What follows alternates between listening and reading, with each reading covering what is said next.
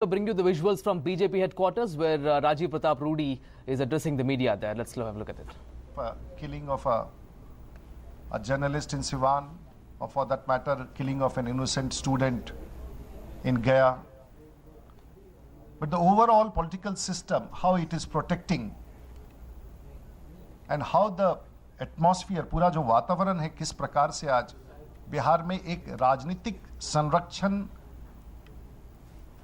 दिख रहा है और किस प्रकार से व्यवस्था में काम करने वाले लोग जो शासन में हैं वो अपराधियों के एक संरक्षक के रूप में दिख रहे हैं।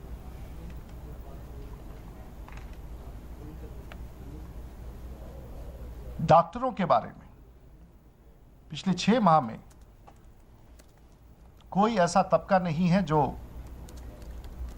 19 जनवरी को राजधानी पटना में डॉक्टर राजकिशोर प्रसाद से 5 लाख रुपए रंगदारी मांगी गई।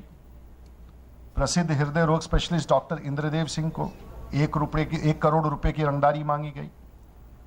न्यूरोलॉजिस्ट डॉक्टर गौरव से 20 लाख रुपए की रंगदारी मांगी गई। अभय सिम्बा चर्चित डॉक्टर को लगभग 10 लाख रुपए की, और इस प्रकार से ये सैकड़ों की संख्या में, जिसे हम हिंदी में रंगदारी कहते हैं, एक्सटॉर्शन की मांग कहते हैं। दूसरी तरफ आप बढ़े तो यह सिलसिला बड़ा लंबा है। आज बिहार में जनवरी से मार्च तक के बीच में और अभी तक जो टोटल कॉग्निजेबल ऑफेंसेस हैं वो लगभग 46,000 है और बिहार पुलिस क्राइम रिकॉर्ड के हिसाब से है। जनवरी माह में जहां 200 हत्याएं हुई थी, मार्च में बढ़ के 258। अब तो आगे के आंकड़े अभी उपलब्ध नहीं हैं।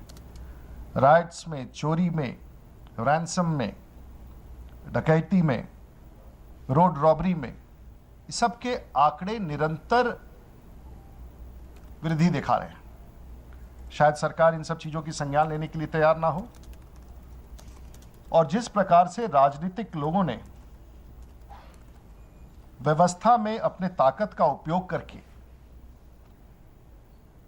अपराध से जुड़े हैं, आपराधिक गतिविधियां में संलग्न रहे हैं या अपराध का संरक्षण देते रहे हैं, उसकी भी संख्या आज बिहार में प्रमाण के साथ बहुत अधिक है। कुंती देवी राजद विधायक, डॉक्टर पर हमला करने का आरोप।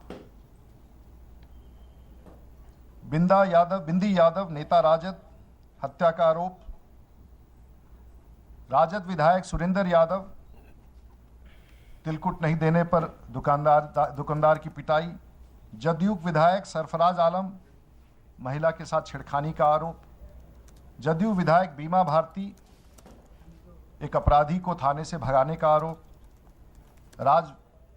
राजद विधायक राजवल्लभ यादव, नाबालिग से दुष्कर्म करने का आरोप। विक्रम के विधायक सिद्धार्थ कुमार सिंह, नाबालिग से दुष्कर्म का आरोप। कांग्रेस विधायक विनय वर्मा, इन पर भी इसी प्रकार के आरोप।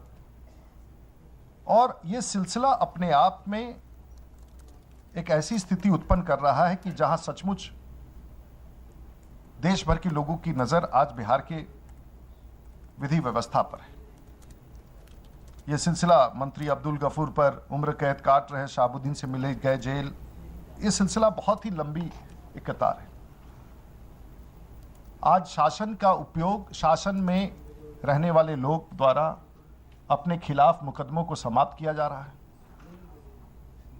और जब लालू प्रसाद यादव या उनके पुत्र के खिलाफ वर्ष 2015 में जब वो शासन में नहीं थे और उस समय उनके ऊपर जो केस किया गया था उसको भी सरकार ने समाप्त कर दिया। और इस प्रकार की 2-3 घटनाएं आई हैं जिसमें शासन के लोग और विशेष करके आज जो सत्ता में हैं उन लोगों ने अपने खिलाफ के मुकदमे को समाप्त किया है।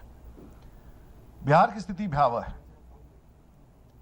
यह बात दूसरा है कि लोकतंत्र में जिसकी ताकत होती है, जिसकी बहुमत होती है, उसको सत्ता का अधिकार होता है। और बिहार में ऐसी स्थिति है कि हम बड़ी संख्या के साथ सरकार में आए, लालू प्रसाद, नीतीश कुमार, हमारी संख्या भारतीय जनता पार्टी की कम है। और इस विषय को हम लोग हर मंच पर उठाएंगे। और आज अगर राष्ट्रीय स्तर पर हम इस विषय को उठा रहे हैं तो बिहार के 10 करोड़ लोगों का विषय उठा रहे हैं ना कि इस मंच का उपयोग करके एक राज्य का विषय उठा रहे हैं जिस देश में उसकी भी बड़ी भूमिका है। हम चिंतित ही नहीं, हम परेशान हैं। और कब तक भारतीय जनता पार्टी ऐसे लोग जिनके ऊपर इस प्रकार का प्रहार हो रहा है, ऐसे लोग जो हत्या के दौर से गुजर रहे हैं या रंगदारी के दौर से गुजर रहे हैं या फिरौती के दौर से गुजर रहे हैं, कब तक भारतीय जनता पार्टी इनके दुख के आंसू पोंछती रहेंगी? ये एक बड़ा सवाल है। और आज का ये संचिका या आज का ये प्राथमिकी थाना से, सचिवालय थाने से गायब होना इस बात को इंगित करता है कि आने वाले दिनों में शासन का उपयोग करके पूरी व्यवस्था पर एक प्रकार से कब्जा किया जा रहा है। और एक समय हम कहते थे कि बिहार, नारा था चुनाव के समय, बिहार बिहारियों के लिए। अब ऐसा प्रतीत होता है कि बिहार अपराधियों के लिए। और इस विषय के संदर्भ में आज हमने आपके सामने विषय रखा है। इसके अतिरिक्त Well, it was Rajiv Pratap Rudy and from the Bihar, from the BJP headquarters, speaking about the growing violence and corruption in Bihar state. In fact, he was accusing Bihar government of not taking proper action, rather shielding the people who are facing corruption allegations. He also listed certain incidents in the support of his statements, named few people. Overall, he's actually criticized Bihar government of not taking proper actions against the growing corruption and crime there in the state.